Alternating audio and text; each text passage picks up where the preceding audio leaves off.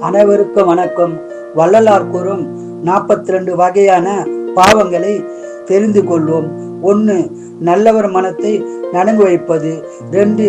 வலிய வழக்கிட்டு மானம் கெடுப்பது. 3. தானம் கொடுப்போரை தடுத்து நிற்பது. 4. கலந்த சிநேகிதருள் கலகம் உண்டாக்குவது. 5. மனமொத்த நட்புக்கு வஞ்சகம் செய்வது. 6. குடிமக்களிடம் வரிவுழைத்து கொள்ளையடிப்பது. 7. ஏழைகள் வயிறறிய செய்வது. 8. தர்மம் பாராது தண்டிப்பது. 9. ஒருதலை பட்சமாக வழக்குரைப்பது. 10. உயிர்கொலை செய்பவருக்கு உபகாரம் செய்வது.